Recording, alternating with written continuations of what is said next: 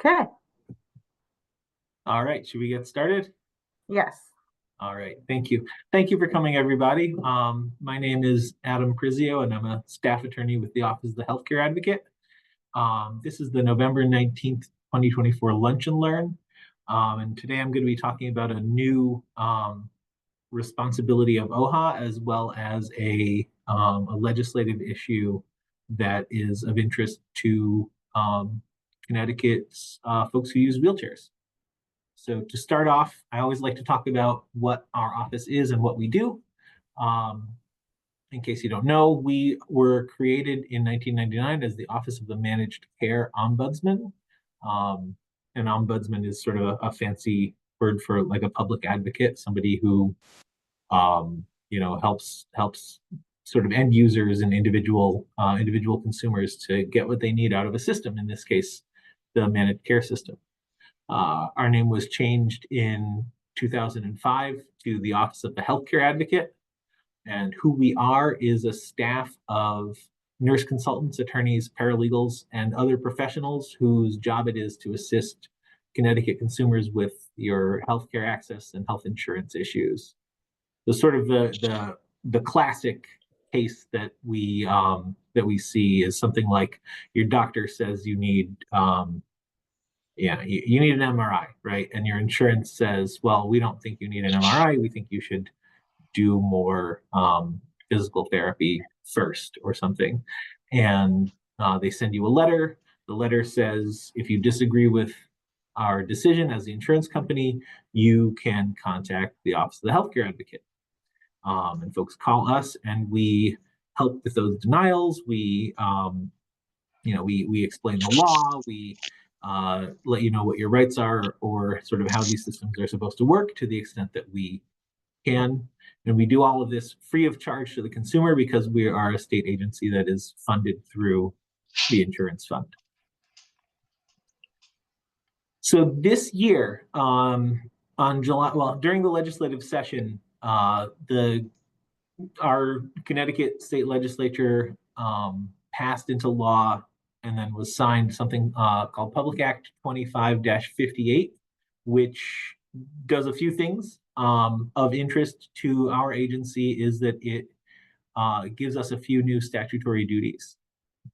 We are supposed to have on our website a conspicuously posted phone number and an email address um, for folks to give us complaints that we are to receive and record regarding timely repair issues for wheelchairs, which include basically all complex rehab technology, scooters, individually fitted wheelchairs, sort of specialized mobility equipment.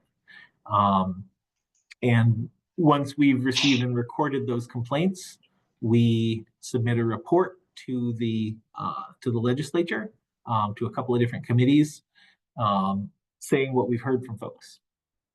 So the language there is just to gather complaints and to give them to the legislature annually. We are also a part of a advisory council, which this same law establishes, the Complex Rehab Technology and Wheelchair Repair Advisory Council, which the call of this council is to monitor the repairs of wheelchairs, including complex rehabilitation technology wheelchairs, and to make recommendations concerning improving repair times. And we are on there ex officio as the healthcare advocate or the healthcare advocate's designee, which at the present time is myself. So our process for receiving and recording these complaints is to ask sort of the following, all of these questions that are data points that the law calls on the, it doesn't actually call on us to collect these data points, but we do because we feel like it's going to be useful to the council for us to be collecting the same data points that the industry is asked to collect. So when was the request made? Which company did you get your wheelchair from, and are you asking them for a repair. When did they respond after you asked? Did they call you back right away? Did they call you back next week? Um, when did the assessment take place? And then how many days after the assessment were parts ordered, right? And the law has some intervals, some times that if a wheelchair repair is to be timely, um, sort of it's implied that these intervals will be sort of target like they're supposed to, for instance, they're supposed to report on whether they've requested parts within 3 days after conducting an assessment. And then how long did it take for parts to get here? Because the wheelchair companies, their parts have to come from a manufacturer or a wholesaler. And so it's rightly, we're trying to figure out where the problem of timely wheelchair repairs lies, and to the extent that it takes forever for parts to arrive at the warehouse, we want to know about that versus, if parts are arriving quickly, but there are not enough technicians to bring those parts to effect the repair. By the same token, when was prior authorization requested and from your insurance company, and when was it determined? If insurance companies are taking a long time to get back on these prior authorization requests, we want to know about that. And then after all of the ducks are in a row, how long then until the repair was completed? Now, so I'll go back to this last slide is all that we think this law asks us to do. But we also have a broader mission of assisting consumers with their healthcare related issues. So in addition to receiving and recording complaints, we are here to assist consumers by participating in and advocating for the resolution of their healthcare related issue. And that certainly includes folks who use a wheelchair or a DME and are, waiting, not able to go to work, not able to live their lives because they're waiting on a repair. So sort of this broader work that we do requires us to collect a HIPAA release. We have a document called a release of information, which authorizes us to ask for and receive information and to act as a consumer's representative and advocating with, for instance, the wheelchair company or DSS or their commercial insurance or any other party as may be appropriate, right? So if the doctor is giving somebody a hard time about processing their, if the doctor needs to process something in order to make the parts order go through, and the doctor is taking a long time, we can contact them using our HIPAA release and say, what's going on? Can you speed this up? How can we be helpful? And that gives us the right to request and receive information about each individual's case and to advocate for their rights. So at the request of the Timely Wheelchair Repair Advisory Council, we are reporting our data on an interim basis. We're not just waiting until the end of each year.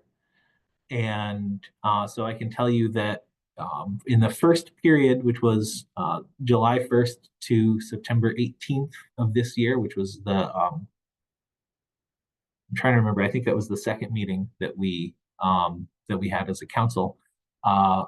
This office collected 7 complaints.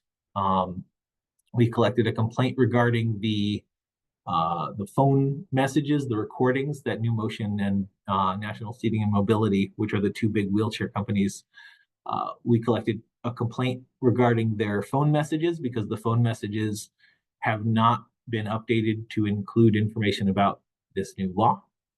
We received a complaint regarding a request that was made prior to July 1st. So before that date, there was no legal definition of a timely wheelchair repair.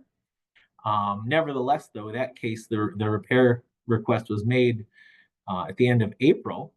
and it was not completed until the late August, which I counted as 112 days. We received a complaint in which the consumer, left a message, but they didn't respond when we reached out and asked them for details. And we received then 4 cases that identify an inquiry after the law took effect.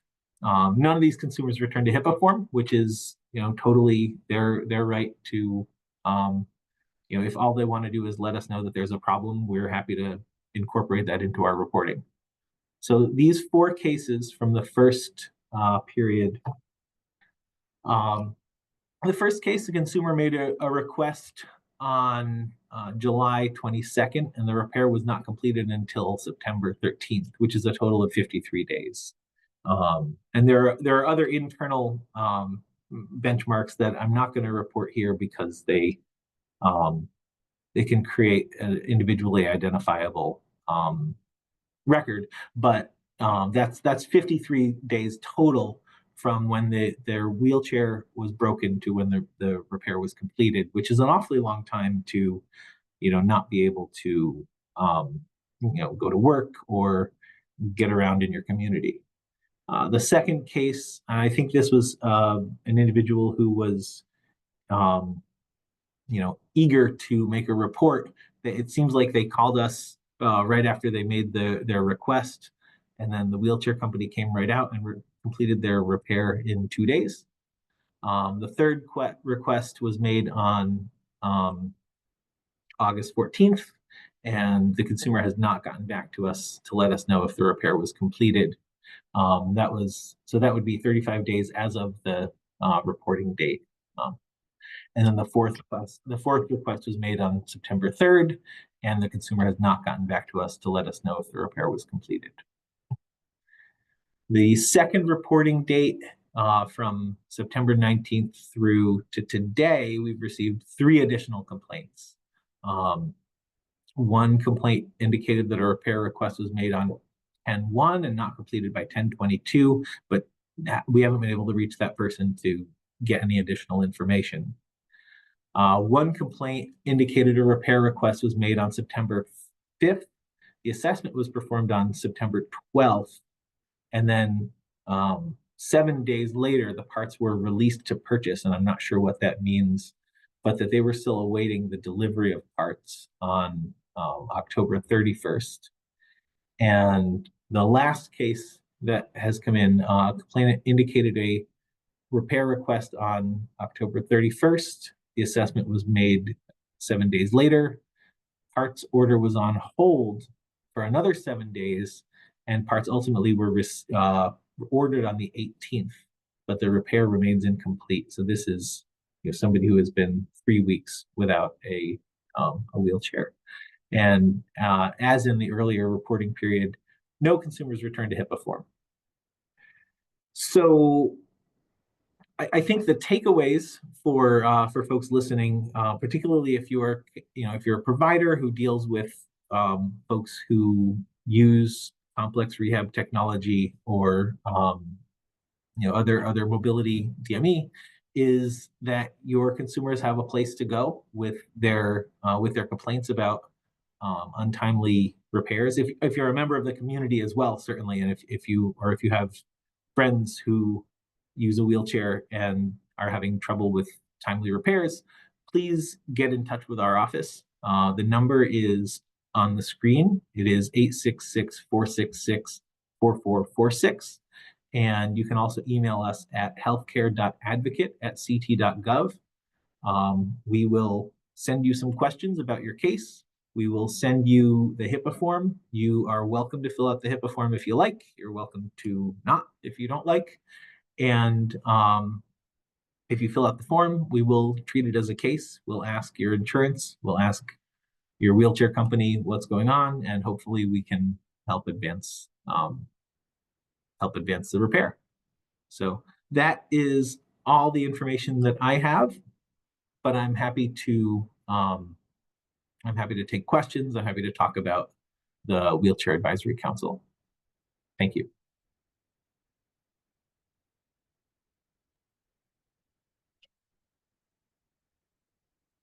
Feel free to put your question in the chat as well.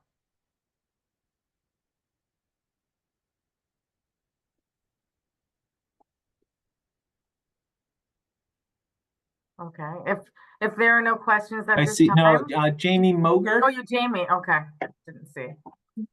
Our question, this is Ruth Groby. I'm from the Citizens Coalition for Equal Access. Jamie is right here. Hi, Jamie Ruth and has a Jamie. speech disability, and we have a number of other CC=A advocates who do and also have difficulty typing a million things into the computer. I'm wondering if on that toll-free number, is there any chance of having somebody answer to whom you could tell your story, tell the dates, instead of having to type it all into the computer, and that person would write it down and keep a record of the complaint? Or you just get a machine that directs you and tells you what to do? I mean, it would be really nice if there was a human being on that toll-free number. I realize that's hard, but it would help a lot of the CC=A advocates. Sure. So I mean, I could tell you that we do our best to answer the phone and to call people back. So if if an individual leaves their phone number and says I have a wheelchair complaint, that our consumer information reps will call them back and and take their information in whatever format folks are comfortable giving it. This is not, we don't require folks to write anything if they don't want to. So yeah, they can certainly say, I want to have a conversation with a consumer information rep, and then they can fill out that information on the phone with you. If you have more details or more nuance, or if you want the if you want to fill out the HIPAA form and return it to us, HIPAA is a federal law that governs folks' protected health information. So we kind of need the form if we're going to, we need something to give to let's just say New Motion and say, hey, Mr. Smith came to us with he's saying it's taking you guys forever to repair his wheelchair. If we don't have that form, then they're going to say, I can't tell you anything about this because of HIPAA. So I'm at present not sure what kind of reasonable accommodations we can give to avoid having people fill out a form. I'm certainly happy to talk about it, but my understanding is that we kind of do need something in writing that authorizes us to demand your information. Good. Okay, thank you. You're welcome. Adam, you have a question in the chat, but I think Mike is next. Mike? Thanks very much, Denise, and thanks, Adam, for the good information, and thanks for the good work that you do.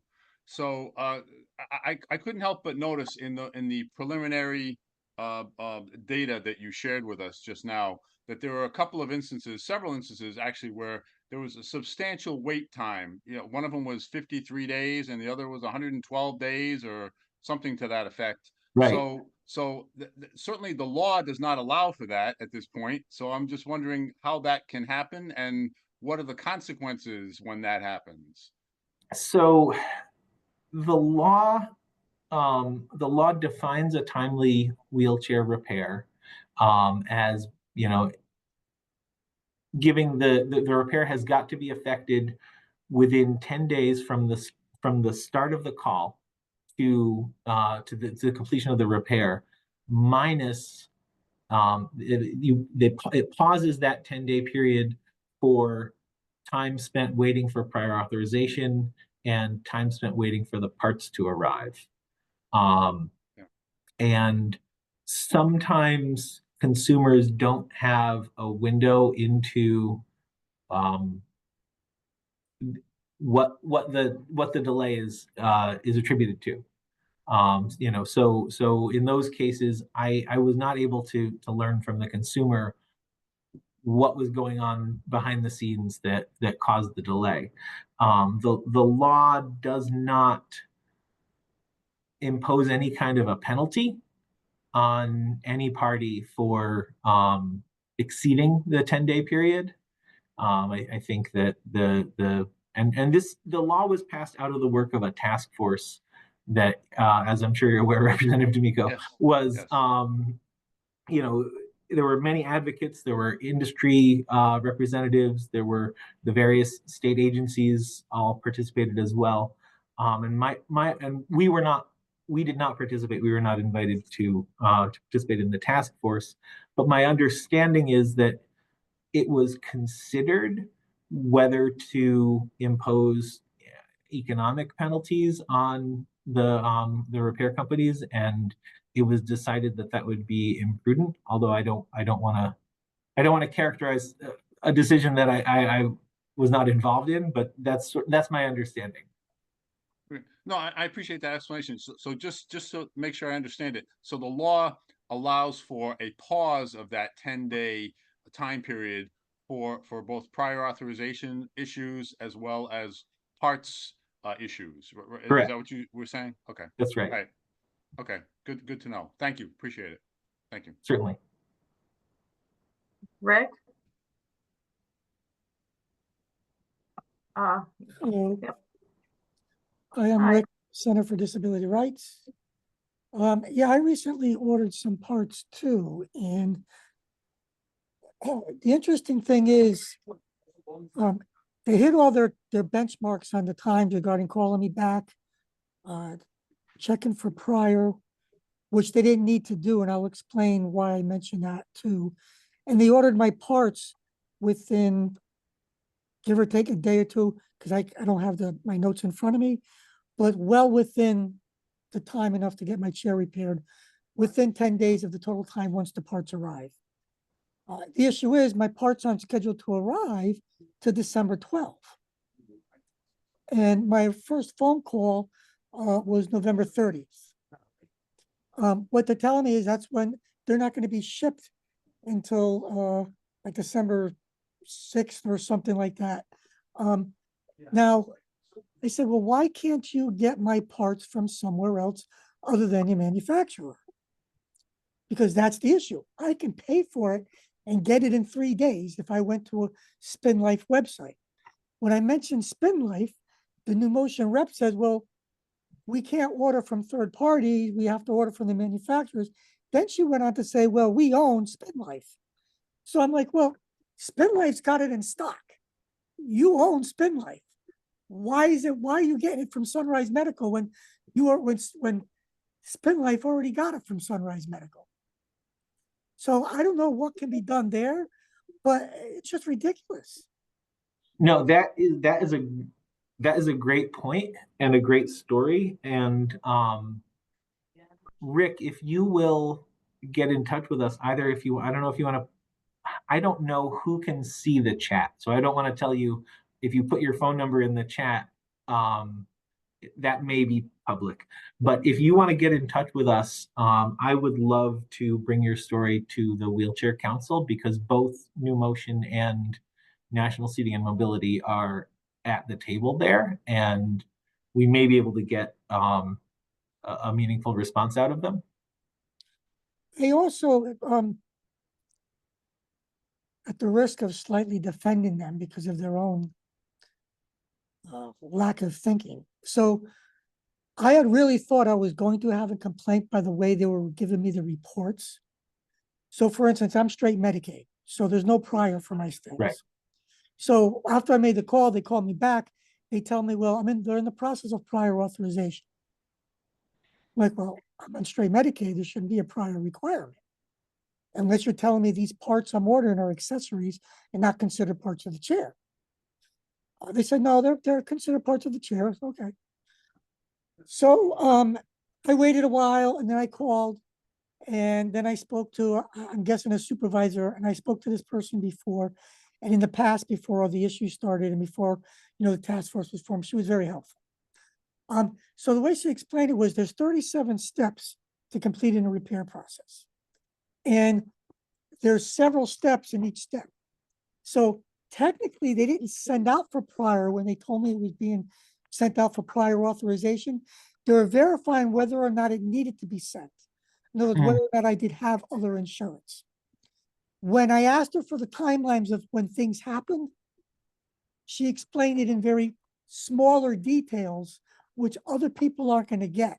So I would caution on anybody making a complaint because they're not going to get the fine details unless they speak to somebody and say, hey, why are you doing a prior? I'm on straight Medicaid. Then they're going to find out, well, we didn't actually do a prior, but they do send it to Medicaid and it comes back auto-approved instantly. That's their Right. prior. So that's what they're calling a prior authorization. But somebody who doesn't ask that question isn't going to know that.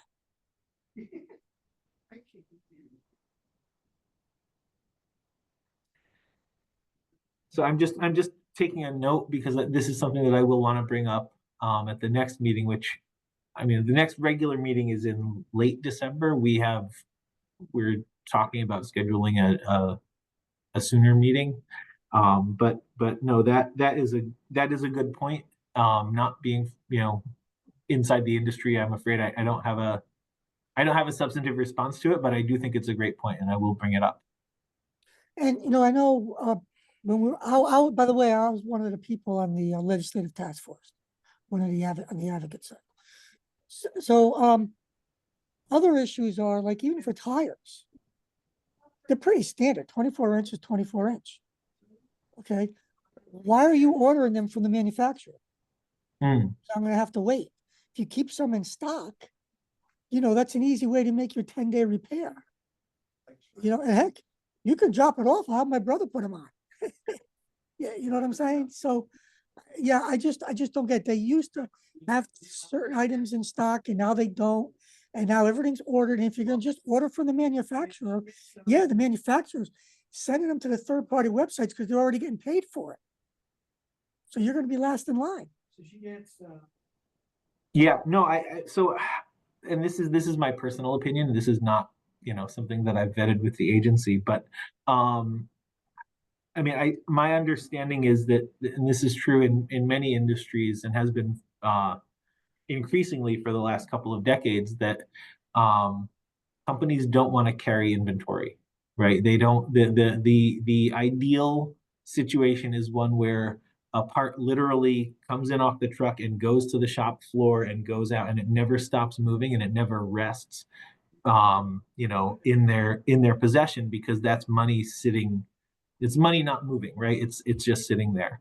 And so, we many of us remember that shipping container ship that was stuck in the Suez Canal for what seemed like forever during the pandemic.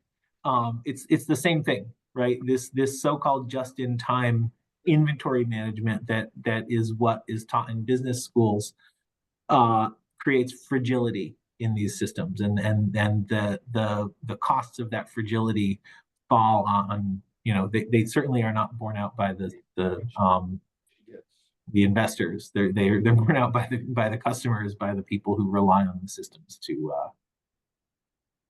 live their lives. So Thank you, Adam. Just one more minute and one more question. Mary? hi, Mary. Hi, it's good to see you, Adam. You as well.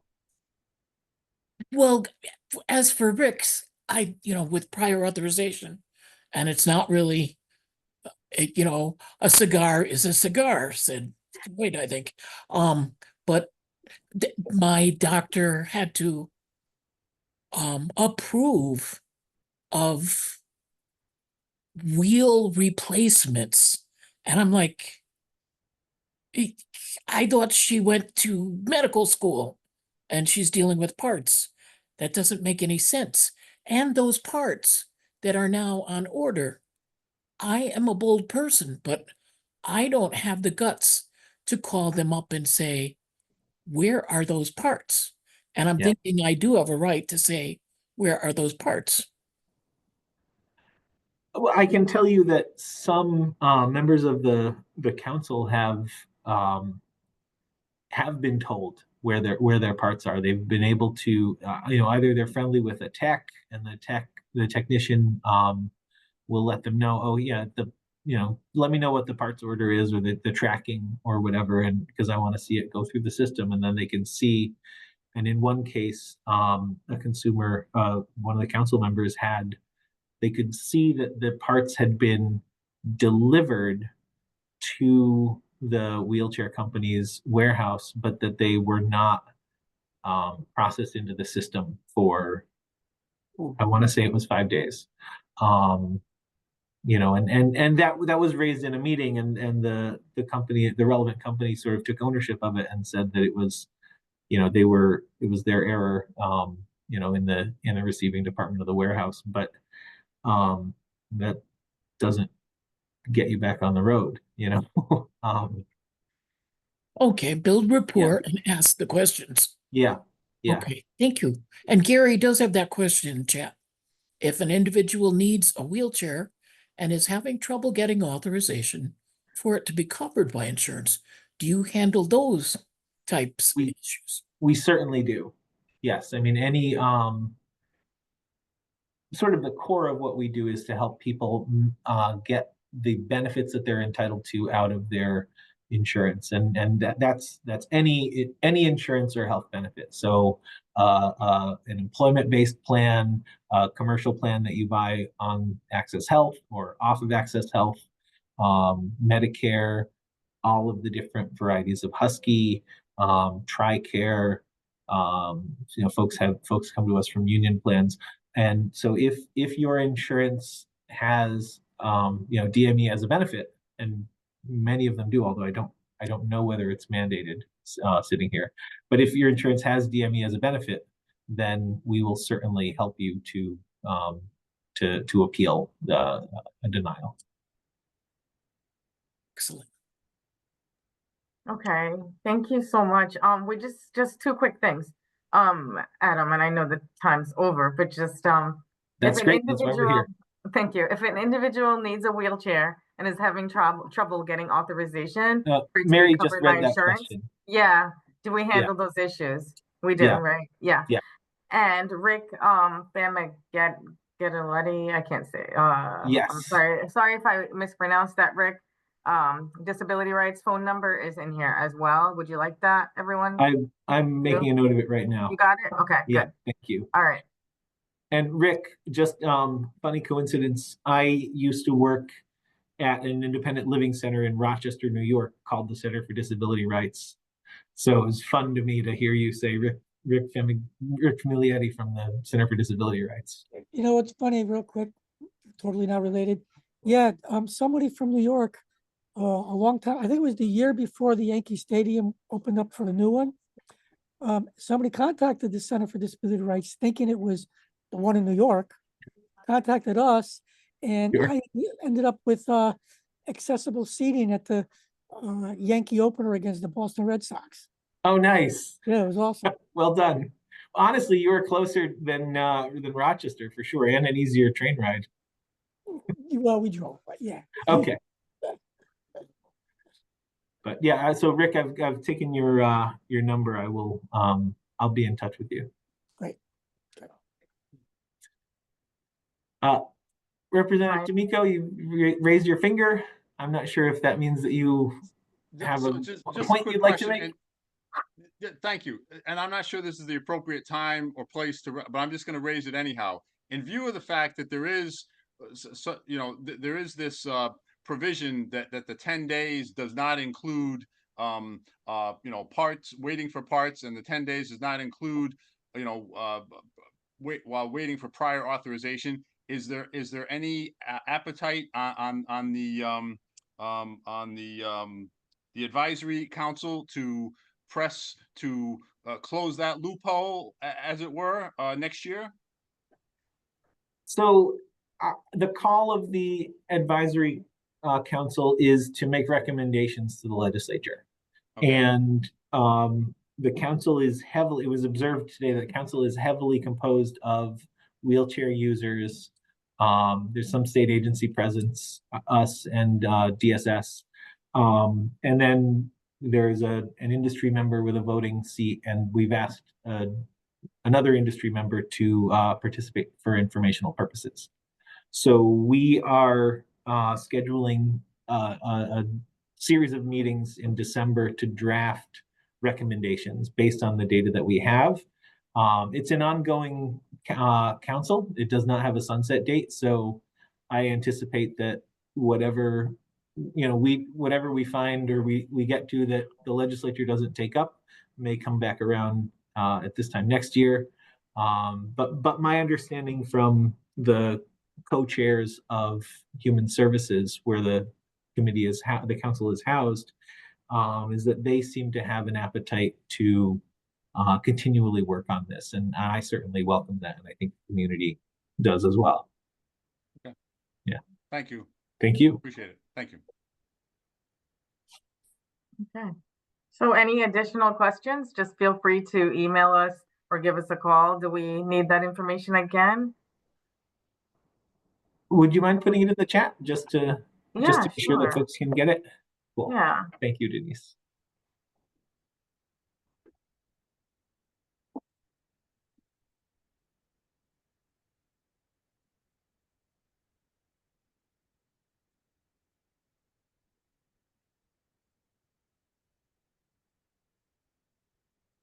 Okay. All Okay. right. So if there are no additional questions right now, have a great day. Thank you everyone for coming to our Lunch and Learn, and we'll see you again next month. Have a great rest of your afternoon. Thank Bye. you. Happy Thanksgiving. Yes, Oh, same to happy you. Thanksgiving to you too. Bye. Take care.